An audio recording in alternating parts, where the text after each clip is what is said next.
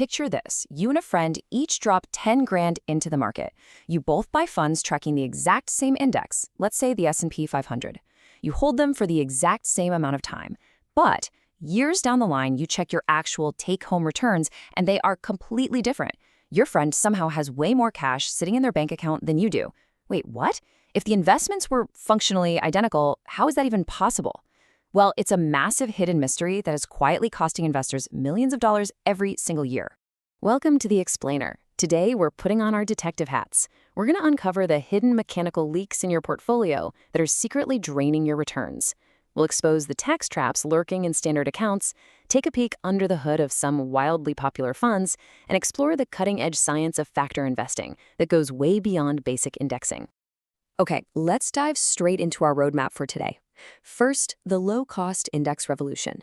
Second, ETFs versus mutual funds. Third, the hidden tax trap. Fourth, comparing VOO and FXAIX. And finally, number 5, the science of factor investing. Let's get right to it.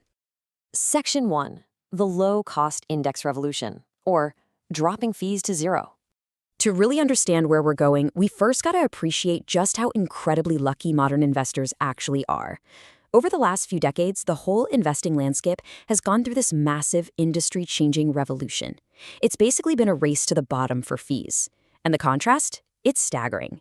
Back in the so-called bad old days, and honestly, even today if you're not paying close attention, legacy active funds charged absolutely exorbitant fees. Take the Ridex S&P 500 fund from our sources. It charged a scandalous 2.31% expense ratio just to track an index. But look over on the right. The modern indexing revolution has handed us tools like Vanguard's VTI at just 3 basis points. That's 0.03%. Fidelity even went ahead and introduced their Zero Total Market Index Fund, FCROX, which charges absolutely nothing, literally 0.0%. Getting those baseline fees as close to zero as humanly possible is step 1 of wealth building. But as you're about to see, fees are definitely not the only cost that matters. Which brings us to Section 2, ETFs versus mutual funds, because structure really does matter. See, once you've picked a low-cost index, you still have to choose the actual vehicle to hold it in.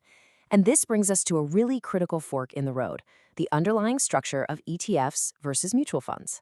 On one hand, you've got exchange-traded funds, or ETFs. These trade exactly like individual stocks throughout the day, so you get intraday pricing. They're also incredibly tax-efficient by design. On the other hand, we have mutual funds. Now, these only trade once a day, right at the end, at what's called the net asset value, or NAV. But their biggest structural quirk, that would be capital gains distributions. And we really need to unpack that. Moving right into Section 3, the hidden tax trap, also known as the leaks in your taxable account. This right here is the hidden leak that is secretly dragging down returns for everyday investors.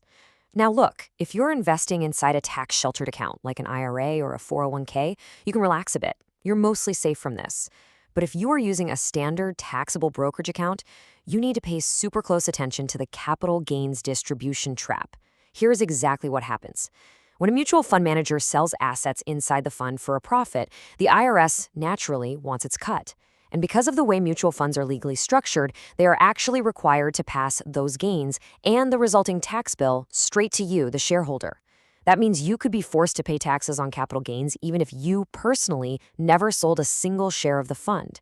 It's this nasty, unwanted surprise tax bill that actively drains your compounding returns. Now, what's really interesting about this is how ETFs completely bypass this problem. They use a special structural mechanism called in-kind redemptions. I won't bore you by going too deep into the plumbing of the stock market here, but basically this mechanism lets ETFs swap out shares with authorized participants instead of selling them for cash.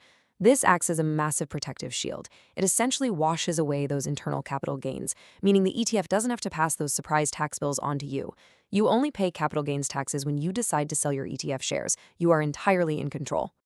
And while we're on the subject of tax traps, there's another quick pitfall our sources highlight, especially if you're trying to manage taxes yourself by switching funds around. It's called the wash sale rule. Basically, if you sell a fund at a loss to snag a tax write-off, you absolutely cannot buy a substantially identical fund within 30 days. If you do, the IRS steps in and disallows your tax benefit altogether.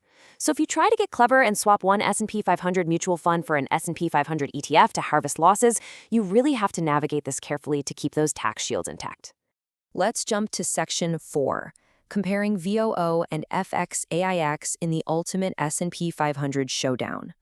To really ground all this theory, let's look at a real-world showdown. We're going to compare two absolute heavyweights that track the exact same index: Vanguard's S&P 500 ETF, ticker VOO, and Fidelity's S&P 500 mutual fund, ticker FXAIX. Both of these are incredibly cheap, but FXAIX technically wins the fee war at 0.015% compared to VOO's 0.03%. FXAIX also has zero minimum investment. I mean, you can literally start with a single dollar. Whereas with VOO, you generally have to buy a full share, which usually hovers right around $500. Interestingly enough, depending on your market timing, their dividend yields can slightly differ too. Our data noted FXAIX at a 1.39% yield compared to VOO's 1.14%. But check out that second row, tax efficiency. Because FXAIX is a mutual fund, it can and sometimes does distribute capital gains. VOO, being an ETF, it practically never does. So context is everything here. If you just want to automate small weekly deposits, say you're scraping together $50 by strictly budgeting your diaper money or deliberately switching baby food brands to save a few bucks, FXAIX is a beautiful, low-friction tool. The fractional shares and zero minimums make it perfectly accessible for that. But if you are investing that hard-earned diaper money in a taxable brokerage account, VOO wins the war.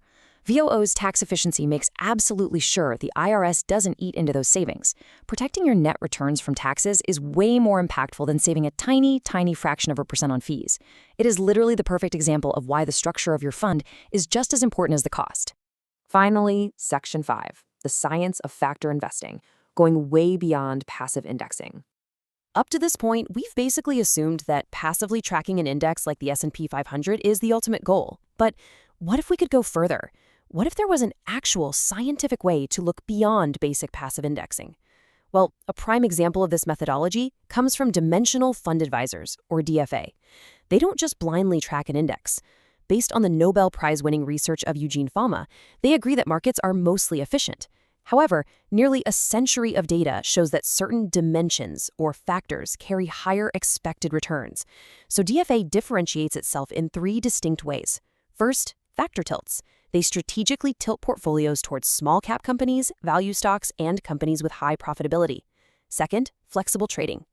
Think about this. When a stock is added to the S&P 500, passive index funds are forced to buy it immediately on the exact same day, which drives the price up.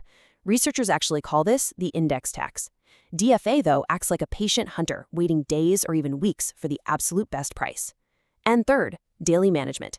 They are constantly tweaking things to maintain those very specific factor exposures. To really put that daily management into perspective, think of it this way. Traditional passive indexing is a bit like checking your car's oil once or twice a year when the fund rebounces, right? It works, it's super low maintenance, and it definitely gets you from A to B. But factor investing, like the approach used by DFA, is more like having a professional mechanic sitting right there in the passenger seat, continuously monitoring your engine. They are fine-tuning the inputs every single day to ensure you are constantly tilted toward the dimensions expected to generate higher returns over your entire lifetime. Of course, having a full-time mechanic monitoring your engine isn't exactly free, right? There is a trade-off. While a standard Vanguard total market fund might cost you just 3 basis points a year, a comparable factor-based fund from DFA might run you somewhere between 15 to 25 basis points. You are paying for that advanced academic engineering and active daily management. But the argument here is that the return premium you get from those specific factor tilts, once it's compounded over a few decades, will more than compensate for that slightly higher upfront cost. However, as our sources point out, and this is absolutely crucial to remember, DFA is not magic, it's financial science. And science does not guarantee a successful outcome in any given 12-month period. There are going to be years, sometimes even stretches of several years, where small cap and value stocks just flat out underperform the basic index. Factor investing requires a really deep conviction in the underlying data and a very, very long time horizon to truly capture those expected return premiums.